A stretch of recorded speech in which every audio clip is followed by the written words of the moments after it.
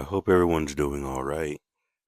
Um, this recording has been a long time in the making. This is going to be a video about Dexter, Dexter New Blood, a little bit of original sin, and I guess some predictions or thoughts, hypothesis about what I think resurrection will be about. So this has been on my mind for many years, a long time, and I am excited to share it. So I'll just get right to it. I will do my best to talk clearly and to keep everything clear, and hopefully I can do this in one take and be done. Okay, so first thing, for those who stick around, there is something at the end, a topic at the end of this video that I will get into, but I won't talk about it now. Once I get to that section, then, I'll talk about that subject. But for right now, I'm just going to keep it simple and look at my notes and go in the order of how I wrote my notes. All right, so the first thing I wrote was the themes of each season of Dexter.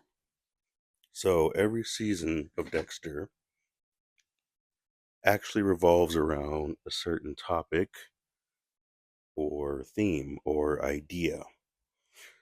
The first season talked about trauma and it talked about trauma and the variations of trauma, how it manifests, how people cope with it, how characters cope with it, things like that. When you actually pay attention to some of the earlier episodes, you can see how some of the victims of the ice truck killer were interrogated and how certain methods were used to discuss how to work through trauma or how to retrigger it or even how to heal it in certain areas. The second season of Dexter was a little more difficult to put into words. The main theme of season 2 was addictions. But the thing is, there was also a few other things kind of sprinkled in there. But the main point was about addiction and healing from addictions, things like that. The third season, the main theme that I mainly want to talk about with season 3 was about partnerships and just what it means to be a partner. Um, you see that a lot with Dexter and Miguel, with Rita and Sil, and with Deb and Anton. The main theme of season 4 was about family, just how to be a family person, how to take care of the kids, how to do this, that, how to be a husband. Yeah, fourth season was about family. The fifth season was about healing. That was the main theme for season 5. Season 6 was about religion and mainly faith and putting your faith in certain things and just exploring the idea of that. The seventh season of Dexter was about the topic of love. Um, Season 8 of Dexter was about, I put psychopathy. It was a lot about psychology and, but I guess you could say psychology. I put down psychopathy. And Dexter New Blood, the main theme of Dexter New Blood was about parenting. All right, so trauma, addiction, partnership, family, healing, faith, love, psychology, and parenting. Now, to move on to the next topic. The second thing I wrote was numbers. So, one of the things about numbers is a lot of times numbers have hidden meanings to them. or not even hidden meanings to them. They just numbers just have a certain energy that they give off. So I noticed the seasons of Dexter really do reflect the numbers, but this actually goes for most shows and most installments of almost any franchise that you watch.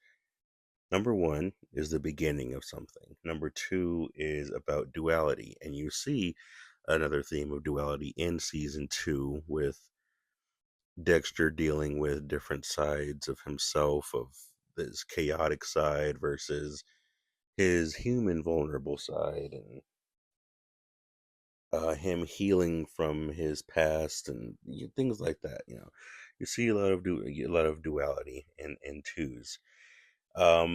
Usually, the second installment or the second season of any installment or franchise usually is about dissecting the deeper parts of what characters go through and really showing the chaotic, darker side of how these characters explore the deeper parts of themselves. That's usually what number two is. It's the duality of who are we at face value, and then who are we deep down inside. And number two, duality usually explores who we are inside and how that manifests. Usually, it's not pretty. Number three is the number of new beginnings. Usually, if you not to get into too much stuff, but usually, when you get to the third installment of something, it's usually a new start of something. It's usually starting over, or it's attempting to create a new start or new feel of something. So you see that a lot in season three with, certain characters being gone and Dexter embracing life and the tone and theme of the show changing by season three. Number four is about balance. And you really do see that a lot in season four of Dexter. Dexter, for the most part, things are balanced, but then with that balance, there comes other factors that are more, not balanced, and how Dexter is attempting to try and find balance within something that's nature is not of balance at all. But number four is about balance. So you see a lot of risks not being taken in season four. A lot of things are very tight knit, and things are very kind of closed in, and the story seems a bit neater. You know, number five is usually about change, but it's also usually the pinnacle of every story, which means season five, most shows usually, but season five and number five offers the best of everything, but also offers the worst of everything. Season five of Dexter was the peak of Dexter because it did have the best of what the show had to offer, but at the exact same time, it had elements mixed in it that had the worst that the show had to offer.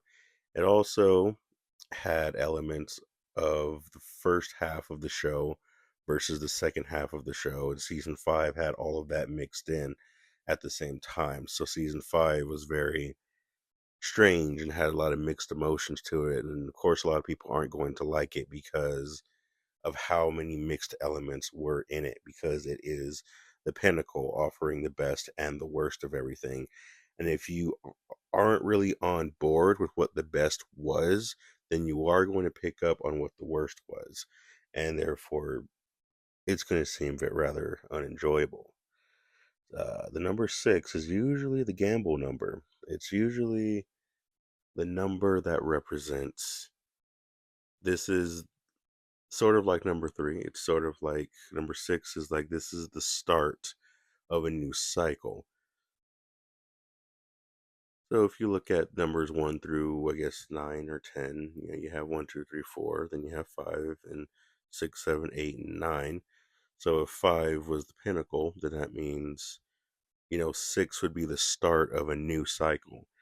The number six, with season six being the theme of faith and religion, The number six actually, representing a gambling number of starting a new cycle.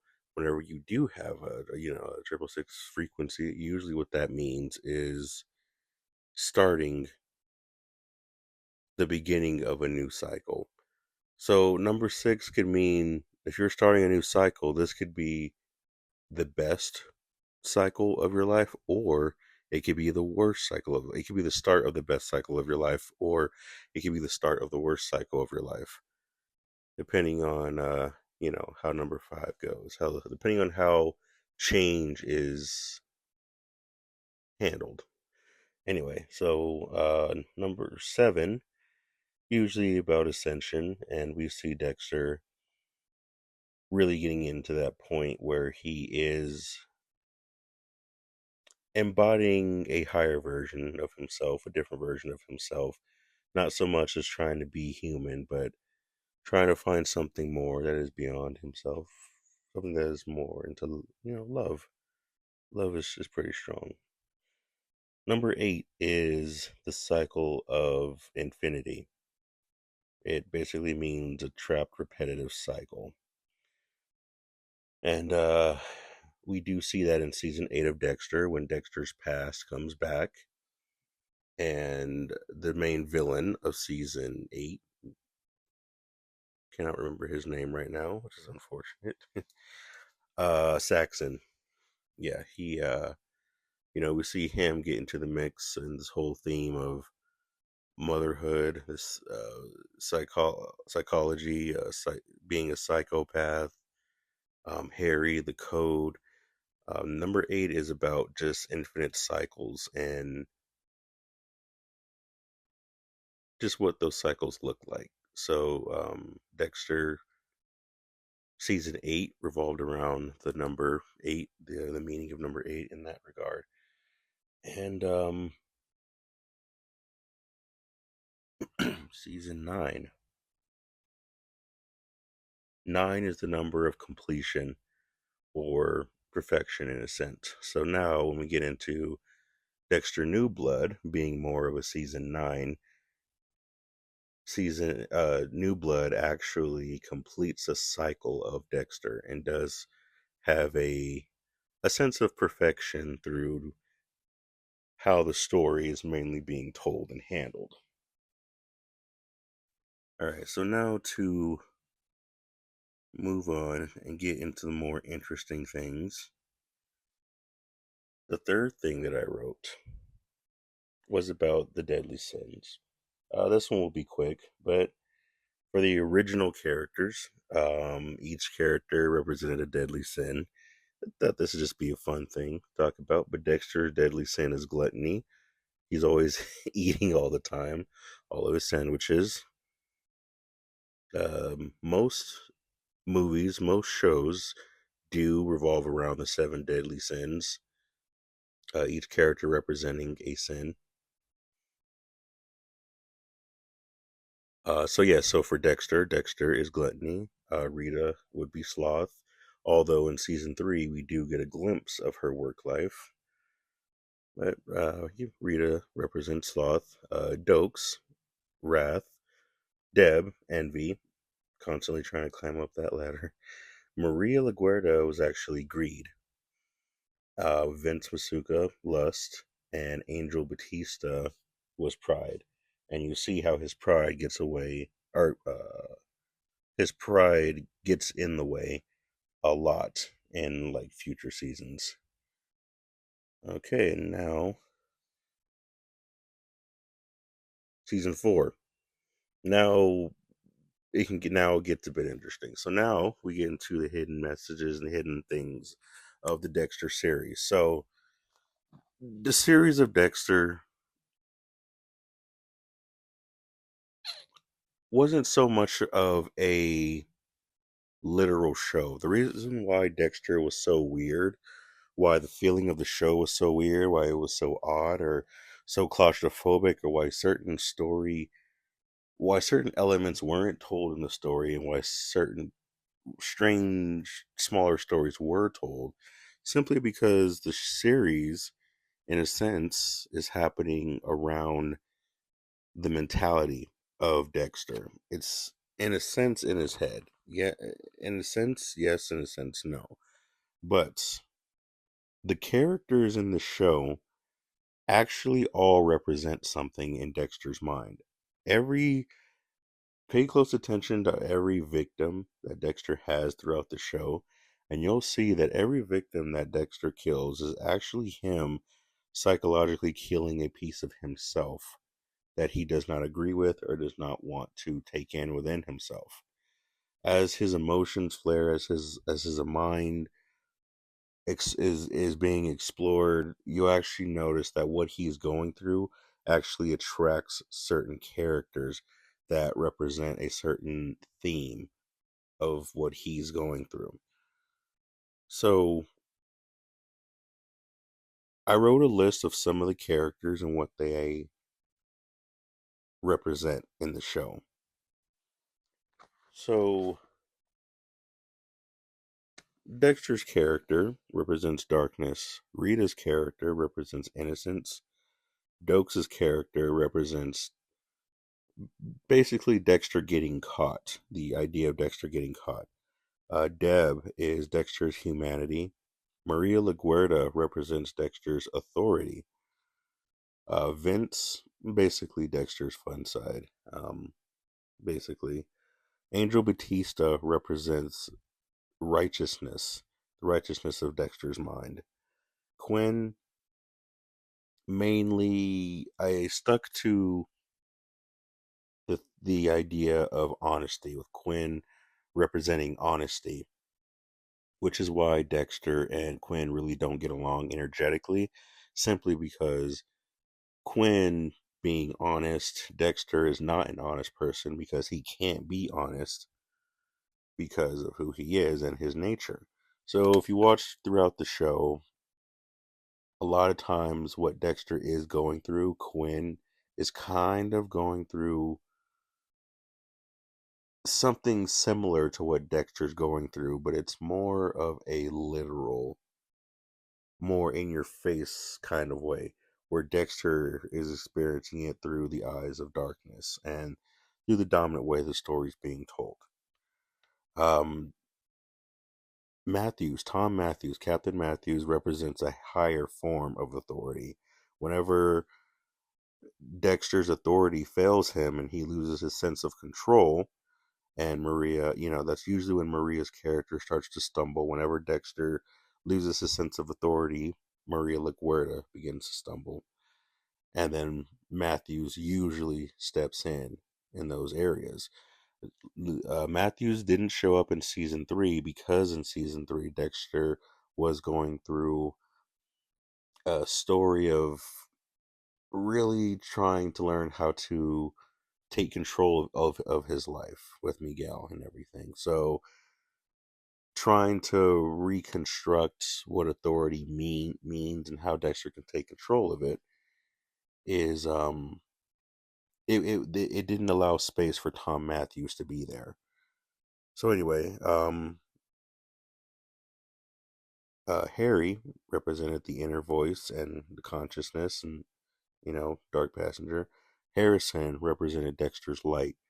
Astor represented Dexter's emotion, his emotional expressions. Cody mainly represented Dexter's coping mechanisms or his ability to move on from hardships. Paul, Astor and Cody's biological dad, he represented abusiveness, and he represented the abusive side that could have manifested through Dexter. Anton represented the idea of a normal life, but also minor, small imperfections that may make life seem like, I don't know if that would work for me. But Anton represented a normal life. Lundy represented history. He also represented cycles. And that goes into him coming in season 4 and him not only holding a history of the past, which manifested Trinity, but also him holding representing cycles, which re-triggered Deb's cycle of her father issues, but also triggered Trinity to go into Dexter's life, which triggers the ending of season 4, which triggers Harrison to have the Dark Passenger after season 4, and therefore continuing that cycle. Lundy showing up basically brought cycles, reset cycles for Dexter and Deb, and yeah, Christina, she represented daddy issues, which is why there was such a dynamic between Christina, Lundy, and Deb. Lundy representing history and cycles, and Christina representing daddy issues, and Deb having daddy issues. You know, there was a whole triangulation there. Um, that struggle comes from Dexter having his relationship with Harry, with his dad, but their relationship was strictly with dealing with the Dark Passenger. But how does Dexter have a sense of humanity? How does Dexter have a humane relationship with his dad? And you see Dexter struggling to have a humane relationship with his father through the eyes of Deb's character. So Deb's struggle with trying to really find peace with the idea of her dad is actually Dexter trying to find some sense of peace in his humanity, of in his relationship with his dad and his humanity. Anyway, Zoe. So Zoe Kruger, I believe her last name was Kruger. She was the police officer in season 4. She was only in one episode, but I wrote her down simply because her character represented the idea of killing a family, and that's when Dexter finds his resolve that he does not want to harm or kill his family, that he does appreciate them. I'm going to make a video about that later, so I'm going to skip that. Jonah, Trinity's son, represented breaking cycles. And you see the mirror effect of that with Jonah representing youth, being youthful, and Lundy being, older. So Jonah represents breaking cycles. Sam, brother Sam, basically Dexter's connection with God. And yeah, Geller's character. Um, so Nick's character, Nick, the character who shot Brother Sam and after Sam baptized him and everything, Nick's character represented crossroads and just what that means to be in one spot and having so many different paths ahead of you and behind you and the side of you, and what path are you really going to take? Dexter approaching Nick and talking with Nick's character representing crossroads means that Nick was basically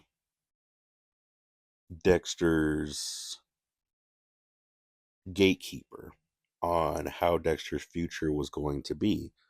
And of course, Dexter made his decision with Nick. And by choosing that road, that is what caused him to reconnect with the ghost of Brian. Sylvia. Sylvia is Miguel's wife from season 3. And the reason why I wrote her down was because she comes back in season 8. That is because Sylvia's character actually represents relocating one's heart or relocating one's home. As Dexter was ready to move on with Hannah, his home was no longer the apartment. His home was something new in Argentina, something better. And Sylvia's character was the idea of being able to move on or move forward or take where someone's heart strongly was implanted and be able to move on to bigger and better things. Um, that was the strength of her character and her being in a relationship with Miguel and then being able to move on from Miguel so quickly. That shows the energy of her character, what she represents. Lumen's character represented renewal and healing. Um, Lumen surviving at the end actually represented the idea that Dexter has a chance to heal and move on. Whenever a character survives in the show, it means that that piece of Dexter is still hopeful. There's still hope in Dexter from their point of view or from their perspective. But whenever a character is killed off in Dexter, that means that part or that aspect of Dexter has been killed off, and basically can't. Yeah, it's basically gone.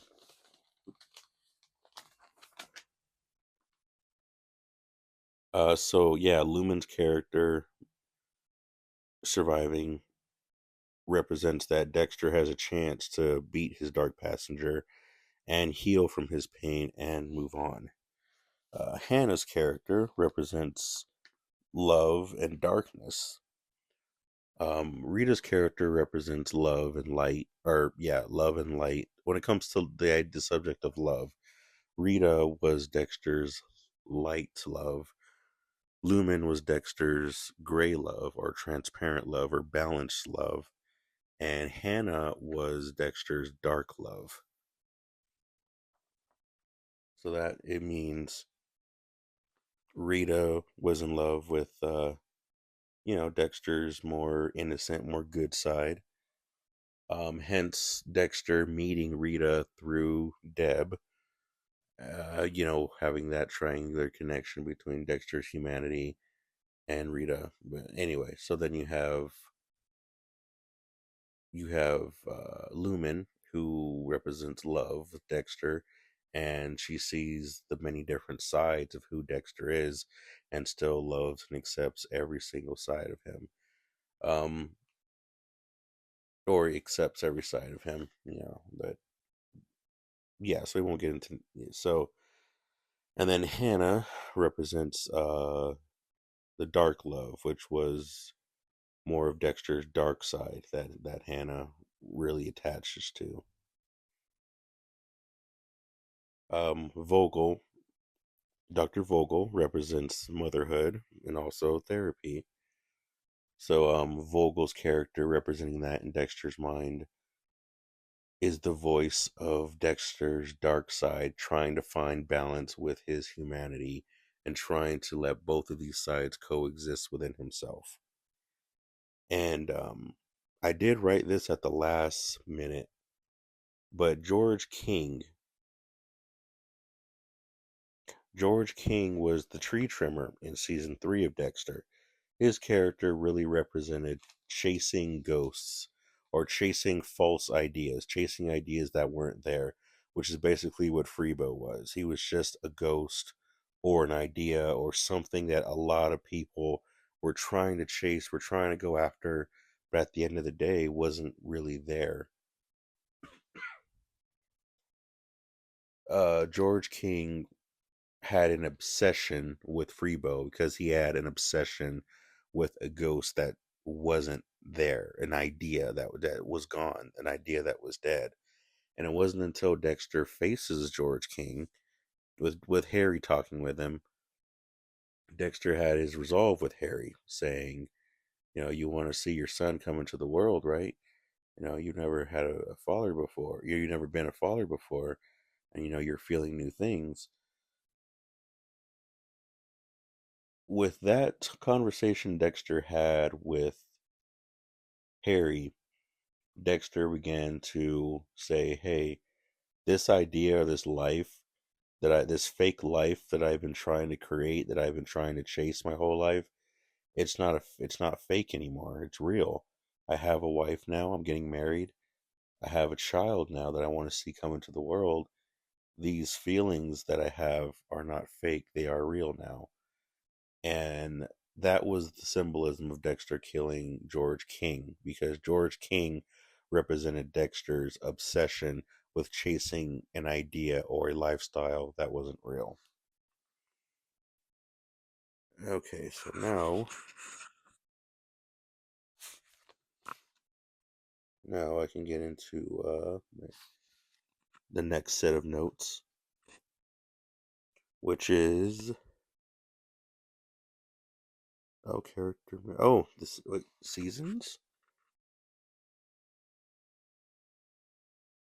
Huh.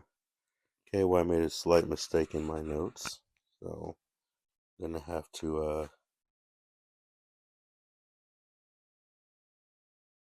Right. Okay. So yeah. So that was. So yeah. So yeah. Each season of Dexter, as I said before, each had its own message. Season one was about trauma. Season two, addiction. Partnership, family, healing, faith, love, psychopathy, and parenting. Now I want to talk about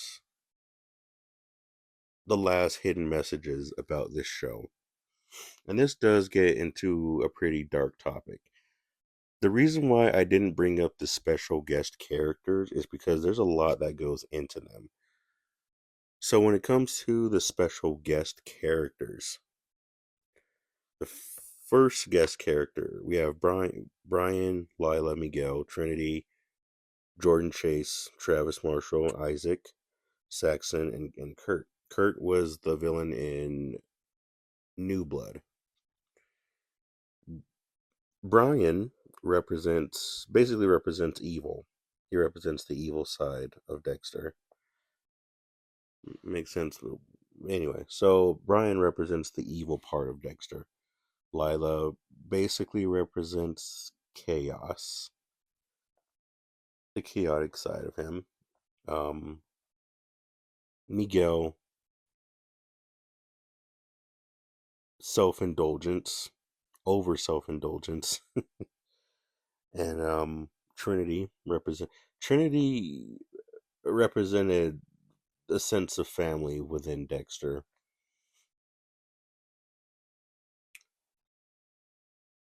Jordan Chase represented wrath.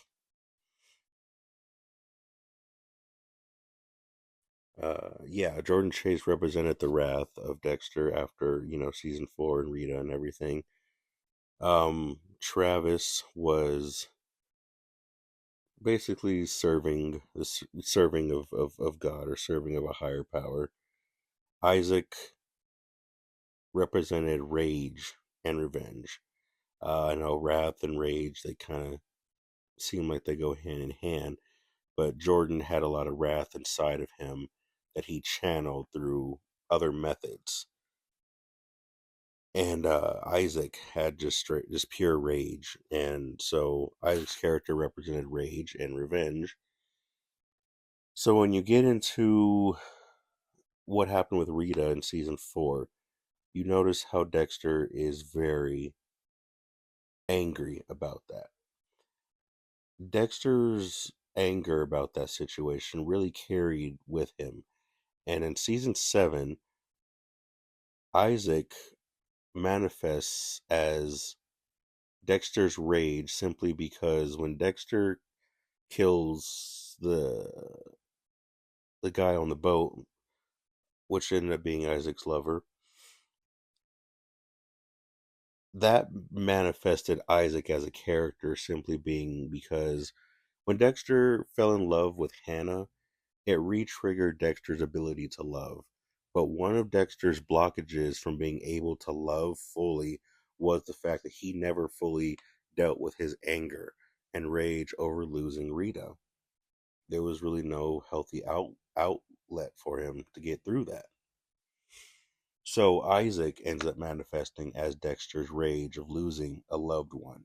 And that's what resonated Dexter and Isaac. And revenge was also a theme of Isaac for Dexter trying to get revenge for what happened to Rita. And Dexter just not knowing exactly who to go after, who to blame, how to get revenge when he has it in his heart. Who does he take it out on? So Isaac ends up being a representation of that. The reason why Jordan was a representation of wrath is because with Dexter's anger, he channels that anger into trying to help an innocent find the strength within herself. which was Lumen, whereas Jordan takes his rage and turns it into an idea to help people help themselves. Dexter and Jordan both have a wrath inside of them, and they're rechanneling that wrath to try and help others find a sense of empowerment within themselves. So that's what manifested Jordan. That's the connection Jordan has with Dexter. So whereas Jordan was a redirection of anger, Isaac was the expression of it. So anyway, Oliver Saxon was the psychopathic side of Dexter's character. He was his psychotic mind. And Kurt from Dexter New Blood was a representation of Dexter's ability to blend into the public and not be caught, just to be seen as a regular person.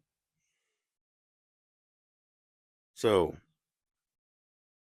um, so yeah, that's what each of these guest characters represented.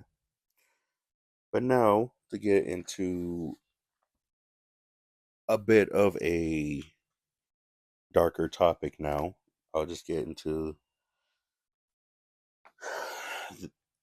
So when Dexter deals with Brian, he basically kills off Brian, which means Dexter kills off his sense of evil. Now that Dexter kills off his sense of evil, now he has the darkness inside of him, but now Dexter doesn't have evil inside of him to deal with that darkness. So now that leads into Dexter having internal conflicts because now his darkness doesn't really have much of a sense of direction on what to do. And Dexter did choose humanity over evil once Deb was on the table and Dexter had a choice to kill Deb or not kill Deb. That the symbolism of that scene was Dexter's evil side, or Brian telling Dexter, kill your humanity and just fully come to the dark side. And when Dexter said no and decided not to kill his humanity, then that put him on the path of choosing the human path of his life. So by killing off Brian, he kills off the sense of evil within himself. But now he's lost because now his darkness doesn't really have a master or a voice anymore. So Dexter kills off his evil side. Killing off Lila was really Dexter killing off the chaotic side of him, the side of him that was, about addictions, that addictive side of him. Lila was originally supposed to live in the original scripts, but Dexter said that or the actor Michael C. Hall said that maybe Lila needs to die because it's important to the fans. However, so when it comes to Lila's character, it gets tricky simply because her character was originally supposed to live, but through a favor through Michael C. Hall, she was killed off. So that becomes a problem when you get into Dexter New Blood even though Dexter because Dexter does have a problem at times with having a sense of uncontrolled being not being able to control certain urges in a sense. And you see that theme be played out through multiple times throughout future episodes. So killing off Lila's character should have ended all of that. But the fact that the storytellers and the showrunners and the producers and everything, they said no, Lila's character needs to live for that reason. But Michael C. Hall said kill her. That's what makes Lila's character so weird to analyze because story perspective, she was supposed to live. Therefore, what she represented was supposed to live inside of Dexter. But what Dexter did kill in her was a sense of fake emotion. But trying to dissect that gets into a whole nother topic. So it gets weird with Lila, trying to talk about her. Um, Miguel represented Dexter's so overindulgence And just this idea that Dexter, you have a family now, you're having a baby, and you have to be more attentive to your baby. And Dexter was more of like, no, I want to live my life. I want to do this. I want to, keep my freedom. I want to keep I want to keep my life. I want to keep my apartment. I want to keep all my stuff. And that was basically representation of what Miguel meant. So when Dexter kills off Miguel, he kills off that sense of self indulgence, of too much indulgence, I should say. And yes, that's what Dexter ended up killing within himself when he kills Miguel. And Trinity representing family, when Dexter kills Trinity, that means Dexter actually kills the idea of family within him, which is what happens with Rita and Astor and Cody separate, and all that happens because Dexter killed a sense of family within him, at least life. Jordan represented Wrath, and yeah, Dexter did for the most part. Dexter didn't actually kill Jordan with his own hands. In this show, whenever a different character kills a certain character, that means that part of Dexter is what killed the other part of Dexter, not necessarily him himself killing it. So, because Dexter actually didn't kill Jordan, he didn't kill the wrath inside of him. It was just more of Lumen represented healing. His inner healing is what kept his wrath contained, or basically, his internal healing is what killed the wrath inside of him. So it wasn't so much that Dexter did it. So because Dexter himself didn't do it, it brings a different meaning to when the character died. Travis, yeah, so Travis was about serving a higher power and killing in the name of higher power. And Dexter was like, no, I'm gonna kill because that's me. Because I'm gonna kill. I'm not gonna kill to serve a higher power, which creates a strange parallel because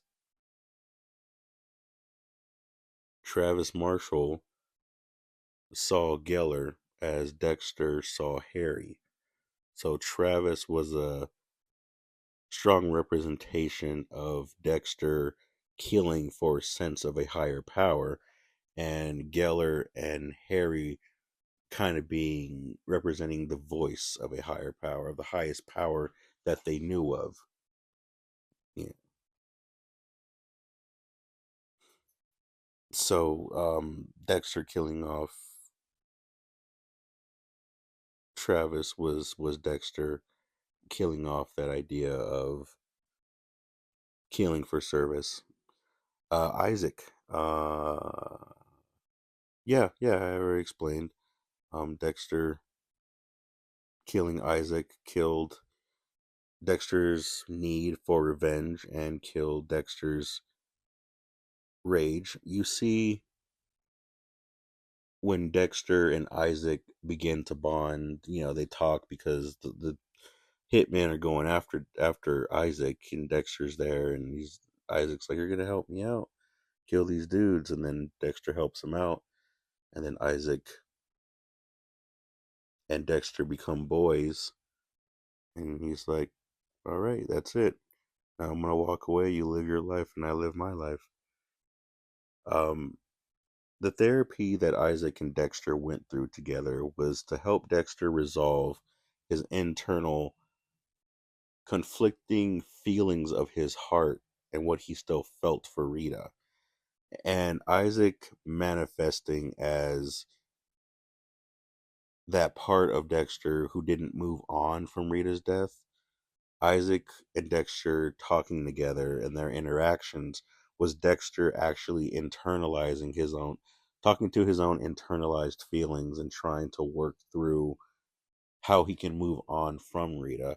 so that way he can learn to move on and fully love Hannah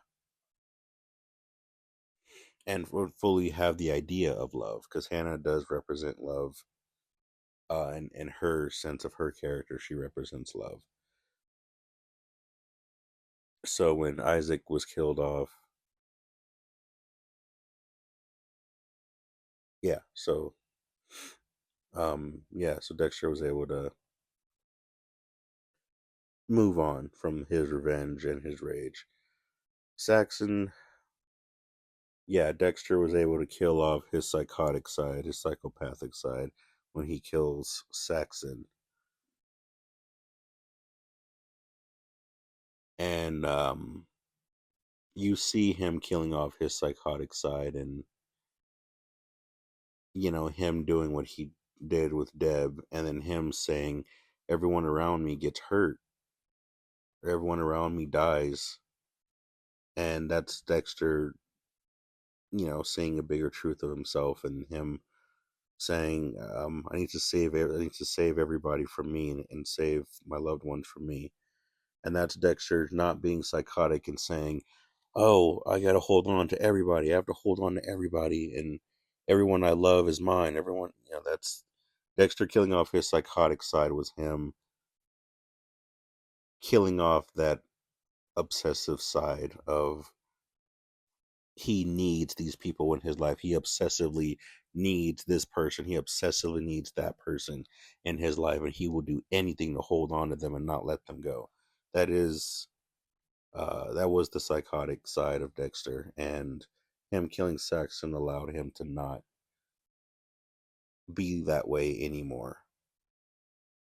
And as for Kurt, Dexter killing Kurt in Dexter New Blood was actually harmful for Dexter, and it's not really, because by killing Kurt, Dexter actually killed his ability to blend in with the public unnoticed from who or what he really was. So if Kurt represented Dexter's ability to blend in, the fact that Dexter kills Kurt means that Dexter killed his ability to blend into society. And we see how that turns out toward the end of New Blood. All right.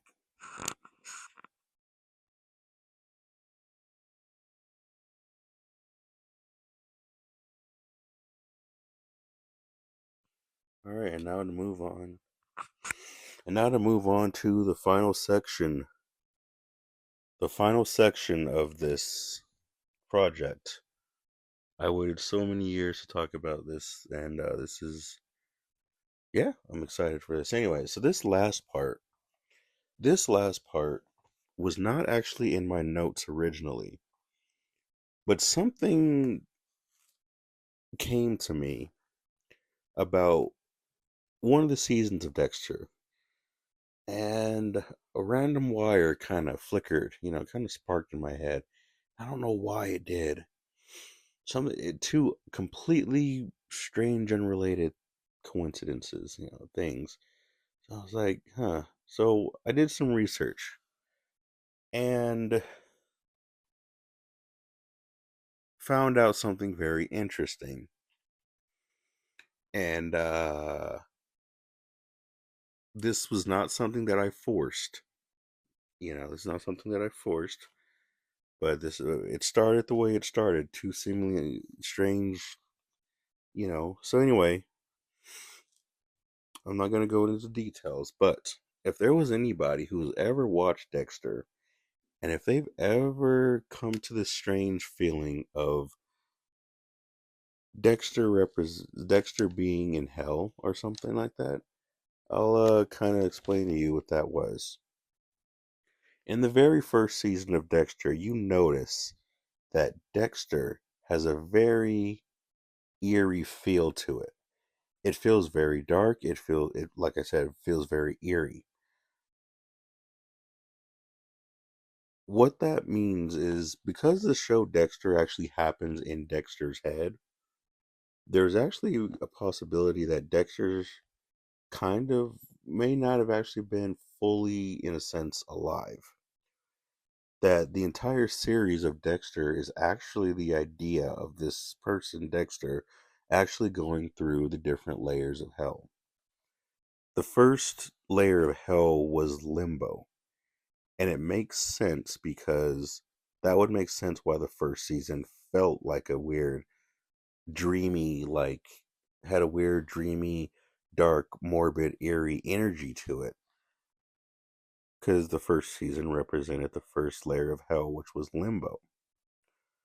In limbo, whenever the punishment of limbo is that a soul is unable to ascend or move on to the higher up. Now, if we actually compare to each layer of sin to the villains of the deck of Dexter, you'll notice that Brian's character would represent Limbo, the villain of season one. And when he was killed off, well, he came back in season two as a ghost. And Dexter said, "I already killed you. Why are you here?" And his brother said, and Brian says, "Oh, you didn't kill me. You just took my body. You just took my life."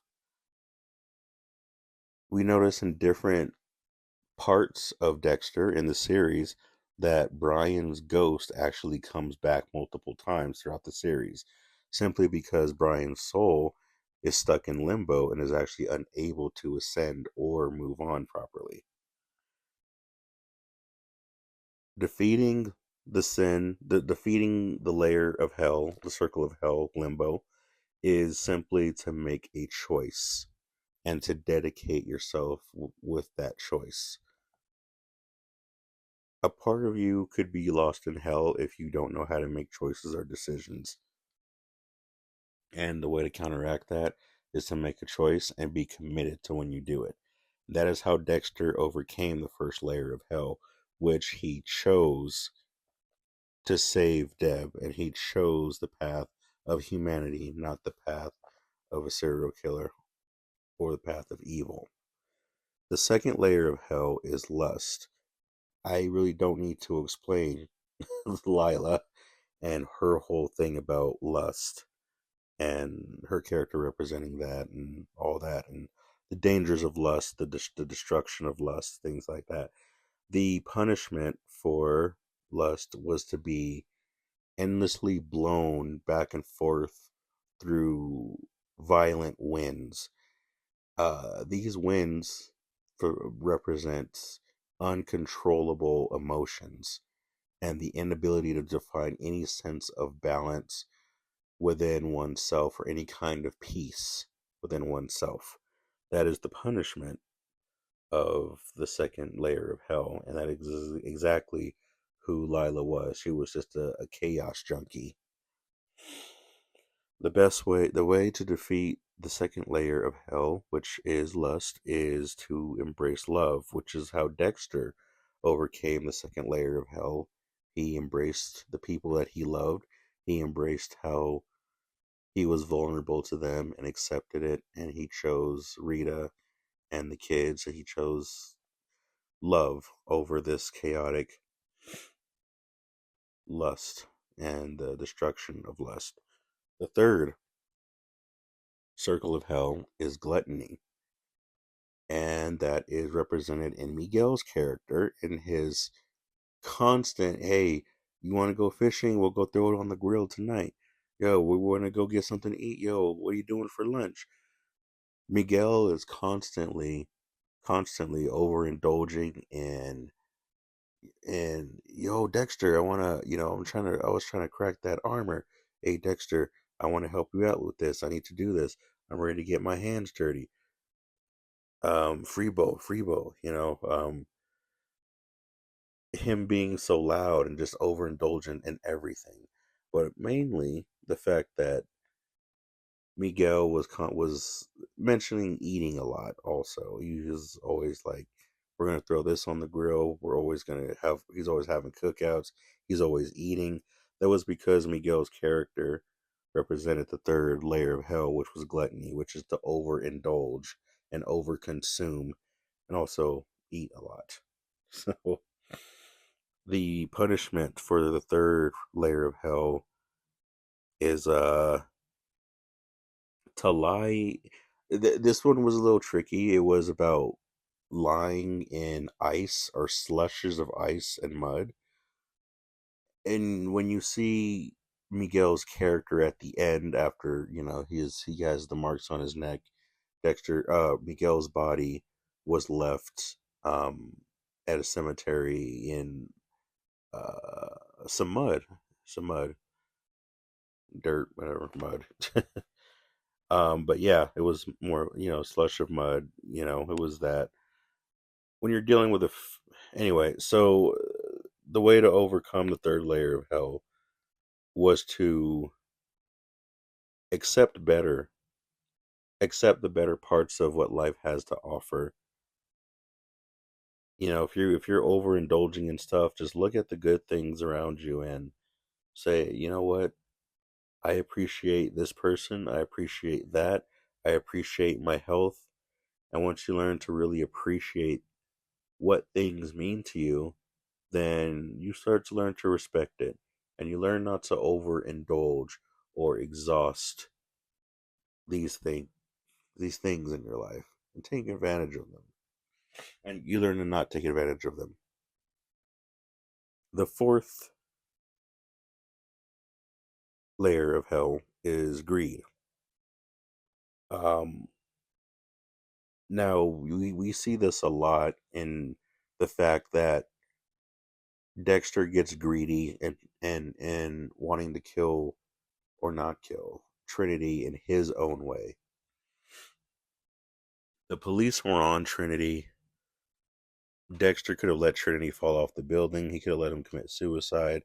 There were so many opportunities that Dexter could have killed Trinity, but Dexter purposefully chooses not to. Dexter purposefully lets Trinity live so that Dexter can learn how to be better with his family. Yeah, I don't want to, that could be subjective whether that was good or bad or not or whatever. But the fact that Dexter just constantly wanted and wanted and wanted from Trinity and wanted more. And he had so many opportunities to kill him and he didn't. And Trinity going after that kid in the episode Lost Boys, and Dexter found out, oh, kidnapping the boy of a family is the beginning of the cycle. And Trinity spaces out whenever he kills people and starts his cycles. But for whatever reason, Trinity got greedy and did it twice in Miami. Restarted his cycle very early on in the same state. So Trinity also got greedy and was not patient. So the fourth layer being greed, Dexter was greedy about Trinity and saying, I want to be the one to kill him. I want to learn this from him. I want to do this. I want to do. And then whenever the cops were on him, Dexter was like, no, I want to do it. I want to. He got greedy with the kill. And the ending happened. The punishment for the fourth layer of hell is for the souls there to fight an eternal battle, constantly fighting over and over again. And now we see that being played out in the fact that when the season 4's ending happened, Harrison was there in the bathroom and saw his mom die. So now this cycle continues from what Dexter witnessed with Laura Moser with his mom, but now Harrison sees it with his mom, and now that cycle of killing, that cycle of trauma continues on. So that's the punishment there. Um, yeah, so just don't be selfish. Sometimes you have that's the way to overcome that layer, to not be selfish, to understand what needs to be done, understand the truth, the dangers of what's happening, and to know when something needs to be stopped. Don't don't just say I want to do it, I want to do it. And Yeah, things like that. Now, overindulgence and greed may seem like they're the same, but they're not, because greed and gluttony seem like they're the same, but they're not. Um, like I said, gluttony is just consuming, greed is just having. So that's why, it. I know it seems a little confusing between Miguel and Trinity, but yeah. So Dexter learned to not be selfish, and that's how he overcame. That's how he overcame that. Um, in a future episode, Dexter said, "The only mistake I made with Trinity was not killing him when I had the chance, and I will not make that mistake again."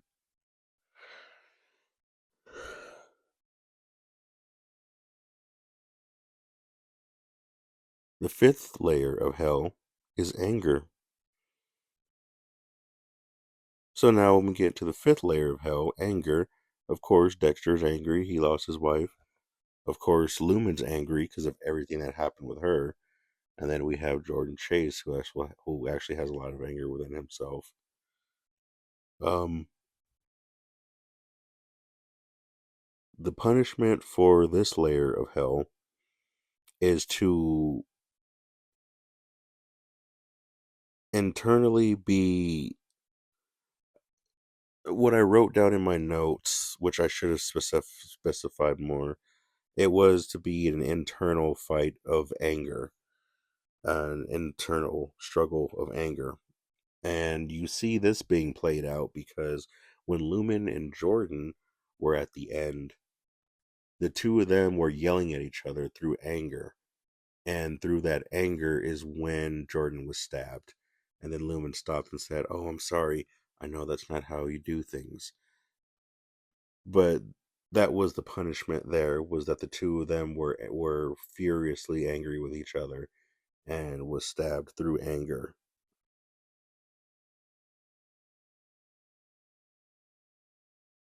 Um so the best way to overcome was, I can't even read my own hand, healing and protecting. Dexter overcame the anger that he had, in a sense, in this regard. He overcame it by learning to heal himself and learning to protect those who needed to be protected. You never know what enemy you're facing until you've walked in the shoes of your enemy. So Dexter, knowing the enemy that he was facing, he knows when other people are facing that same enemy, and he knows how to be a protector or how to be a guider to help not let that happen. Not let the innocent, you know, go you know what I mean, unhealed. So Dexter having that sense of, I need to protect Lumen and I need to heal Lumen. I need to help her move on. I need to help her heal from this. Having that revelation is what helped him beat that layer of hell. The sixth layer of hell is heresy. Basically using God and religion for false reasons is what that means. And using it for one's own agenda. I really don't need to explain that. That was just Travis's MO all day. One of the punishments from the sixth layer of hell is to burn in a tomb. They were burning tombs. And we see that in when Dexter puts the sword in Travis's chest and then burns down the tomb that his body was laying on. Um, Dexter had a resolve with Travis by saying, "I've met people who have claimed they found God and they don't use their religion to kill." Dexter,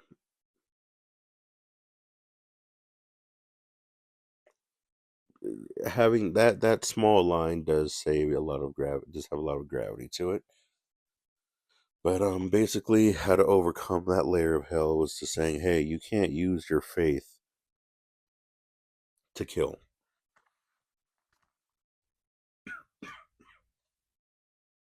And even having Dexter having the resolve of he can't rely on Harry he can't kill for Harry because of the code, and that gets into a whole another conversation, a whole another explanation.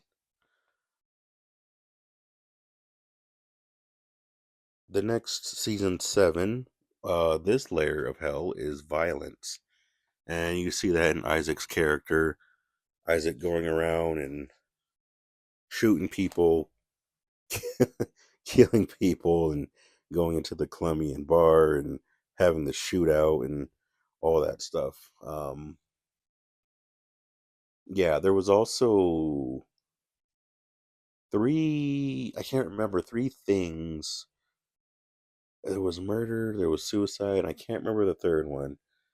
But Isaac represented one, and then Isaac's assistant represented the other, and the third was suicide, which was the dude who had the family, and Isaac was like, "Hey, we'll take care of your family. All you have to do is, get your DNA and pretend like you're the killer, and then just kill yourself and leave this fake suicide note, and we'll financially take care of your family."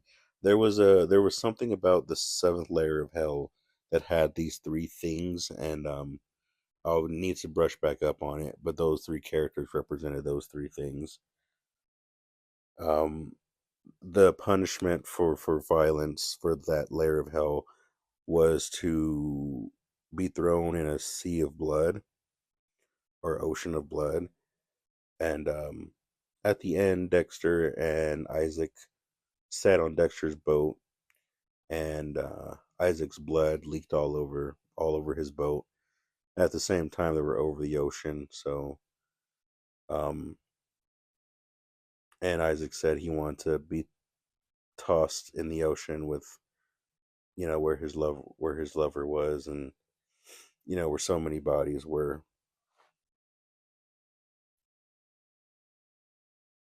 And so the best way to stop violence is to let go of the anger, and the best way to let go of the anger is to heal within. The eighth layer. This one is hard, but the eighth layer of hell is fraud. There are so many different punishments for this one. So you know, but fraud, being fraudulent. You see this, this sin being played out in Saxon, but you also see this sin be played out a little bit in Vogel also. The best way how Dexter overcame this layer of hell was to act selfless. And by becoming selfless is when he said, "I need to protect the world from me." And also, he said, "I can't leave you like this, Deb. I can't leave you, stuck as a vegetable."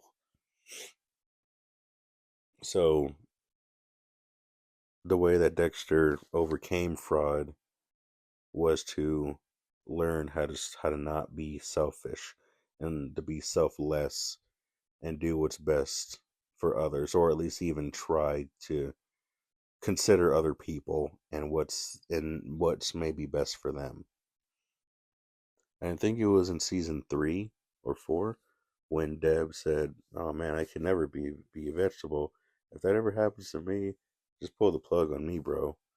That was a quick scene in like season 3 of Dexter. So of course Dexter and it would make sense when Dexter did what he did. Now when we get to the ninth layer of hell, the ninth layer of hell is ice.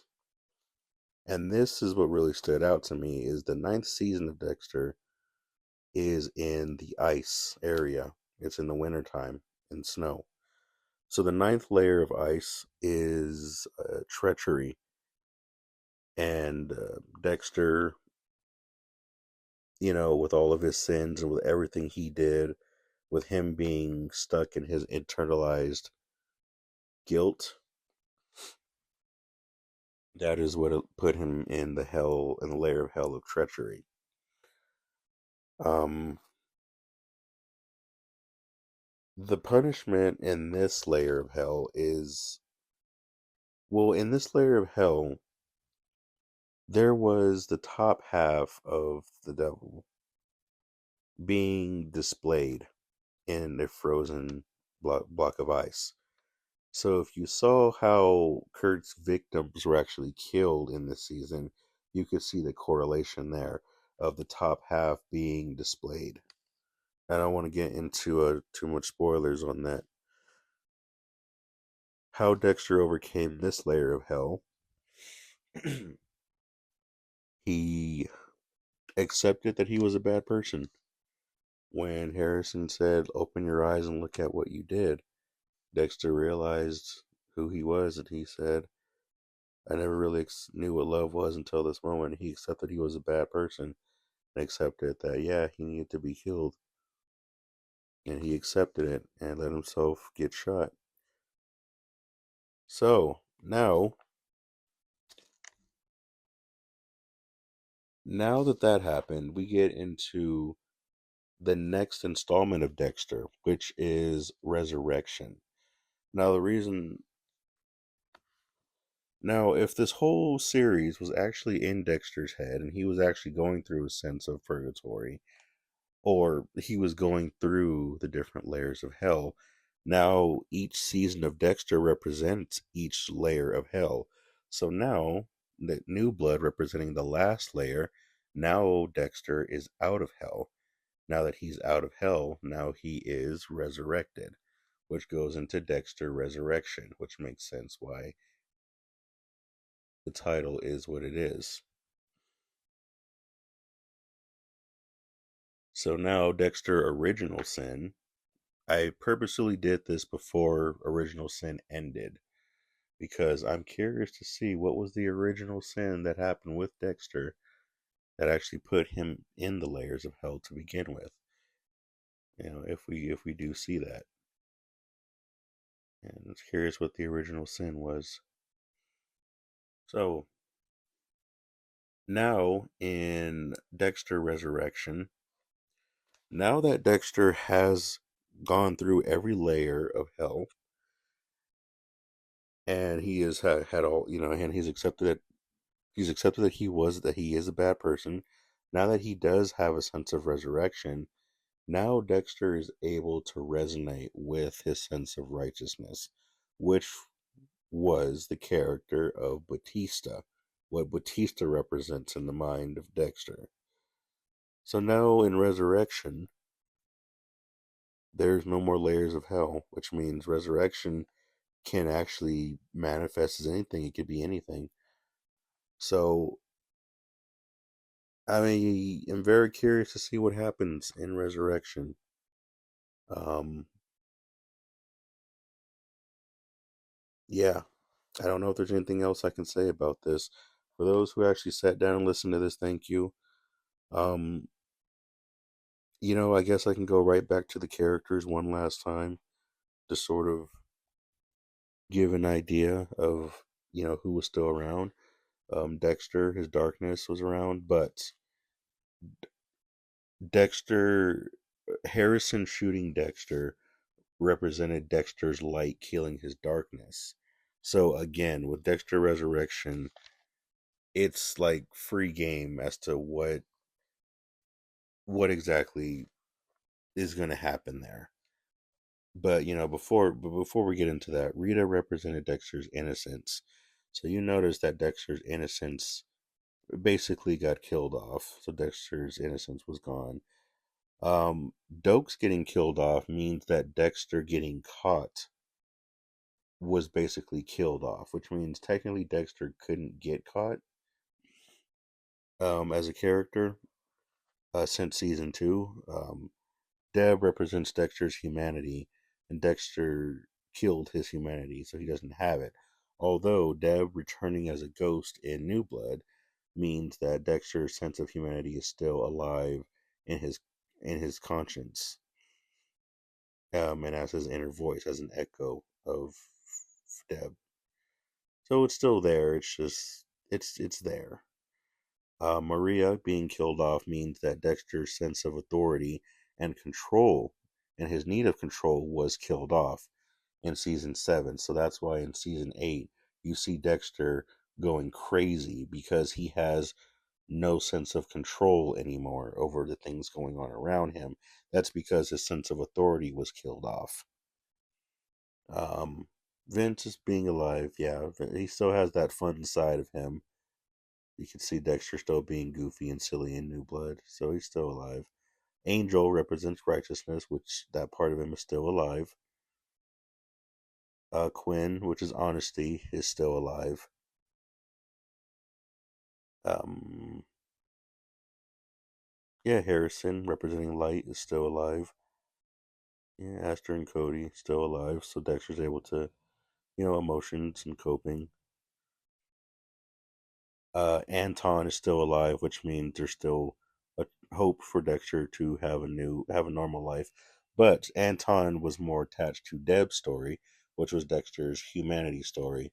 So the fact that Dexter's humanity got killed off means that, that may not really be a thing. So just to go over the characters that are still alive, Dexter still has, I'm gonna put darkness, the ghost of humanity, fun, righteousness, honesty, light,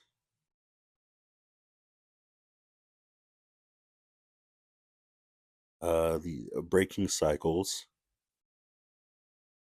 possible connection with God, and the ability to heal. That's basically all Dexter has left inside of him that's still alive. So yeah,